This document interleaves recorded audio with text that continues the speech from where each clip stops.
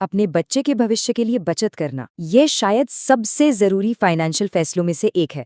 पर जब इतने सारे ऑप्शंस हो तो कंफ्यूजन होना तो लाजमी है।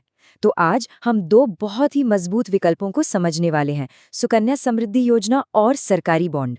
चलिए पता लगाते हैं कि इनमें से कौन सा किसके लिए ज्यादा सही बैठता है। तो आज की हमारी चर्चा का रोड मैप कुछ इस तरह है।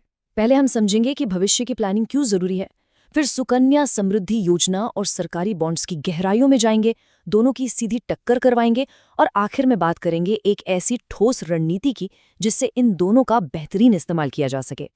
ठीक है, तो चलिए शुरू करते हैं। किसी भी इन्वेस्टमेंट की नींव होती है एक लक्ष्य, और जब बात बच्चे के भविष्य की हो ना, तो ये लक्ष्य सिर्फ एक नंबर नहीं होता, इसके साथ इमोशंस भी जुड़े होते हैं। ये वो सवाल है जो लगभग हर पेरेंट के मन में कभी ना कभी जरूर आता है। एक ऐसा फंड बनाना जो बच्चे की हायर एजुकेशन और जिंदगी के दूसरे बड़े मोड़ों पर एक मजबूत पिलर की तरह काम करे, बस यही तो सबसे बड़ी प्राथमिकता होती है।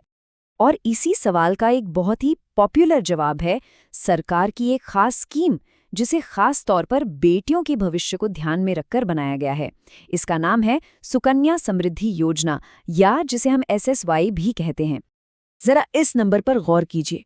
2015 में लॉन्च होने के बाद से अब तक पता है कितने 4.1 करोड़ से भी ज्यादा SSY अकाउंट्स खोले जा चुके हैं। ये आंकड़ा ही इस स्कीम के जबरदस्त पॉपुलैरिटी की कहानी कहता है। तो आखिर ये सुकन्या समृद्धि योजना है क्या? ये सरकार की एक स्मॉल सेविंग स्कीम है जिसका मकसद बिल्कुल साफ है, बेटी की पढ़ाई और शादी जैसे बड़े खर्चों के लिए एक डेडिकेटेड फंड तैयार करना। अच्छा, तो ये काम कैसे करती है? देखिए, प्रोसेस बहुत ही सीधा है। बेटी के 10 साल का होने से पहले अकाउंट खुलता है। उसमें हर साल कम से कम 250 और ज़्यादा से ज़्यादा 1.5 लाख रुपए जमा होते हैं। उस पैसे पर सालाना कंपाउंडिंग से ब्याज मिलता है।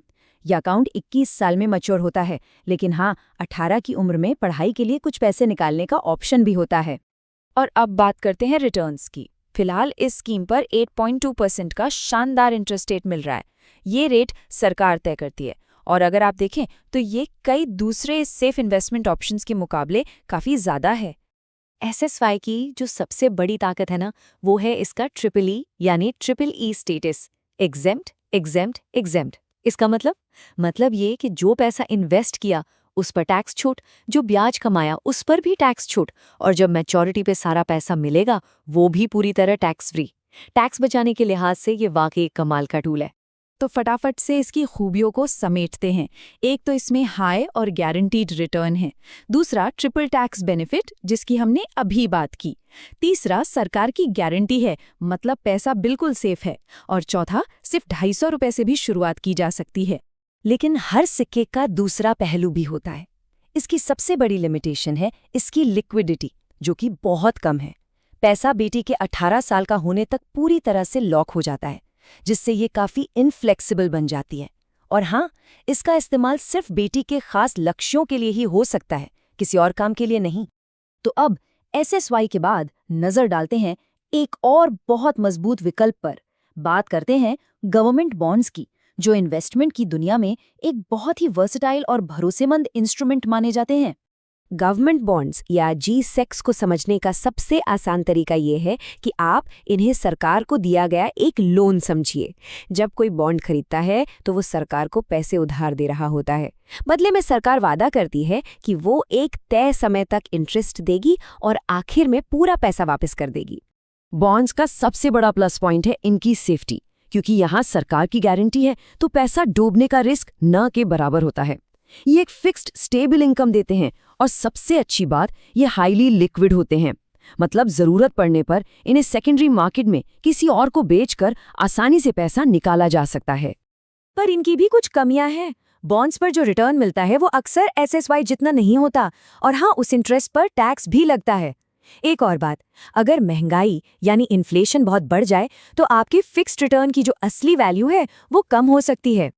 अच्छा जी, तो अब जब हम दोनों को अलग अलग समझ चुके हैं, तो चलिए अब आता है सबसे दिलचस्प हिस्सा। अब कराते हैं इनकी आमने सामने की टक्कर और देखते हैं कि कौन कहाँ खड़ा है।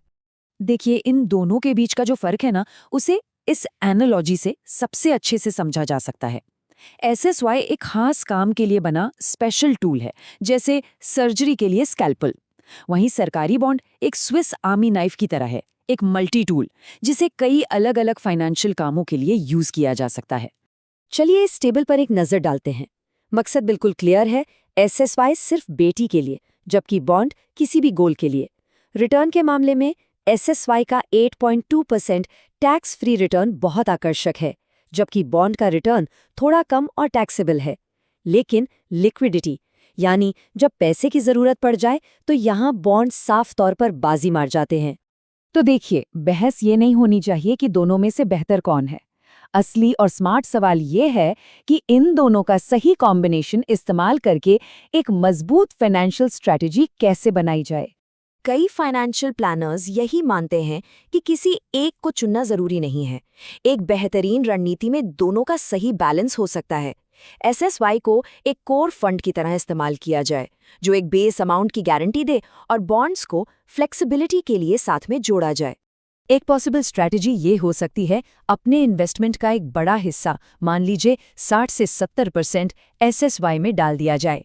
ये हुआ कोर फंड, जो गारंटीड है, सेफ है और टैक्स फ्री है, और बाकी का 30 से 40% सरकारी बॉन्ड्स में इन्वेस्ट किया जा सकता है, जो ज़रूरत पड़ने पर फ्लेक्सिबिलिटी और लिक्विडिटी देगा। आखिर में सबसे ज़रूरी बात यह है कि हर परिवार की अपनी ज़रूरतें, अपनी रिस्क लेने की क्षमता और अपने लक्ष्य होते हैं, इसलिए कोई एक जवाब सबके लिए सही नहीं हो सकता। ये विश्लेषण आपको एक स्टार्टिंग पॉइंट देता है, ताकि आप सोच सकें कि इन दोनों का कौन सा मिक्स आपके लॉन्ग टर्म गोल्स को पूरा करने में सबसे अच्छी मदद करेगा।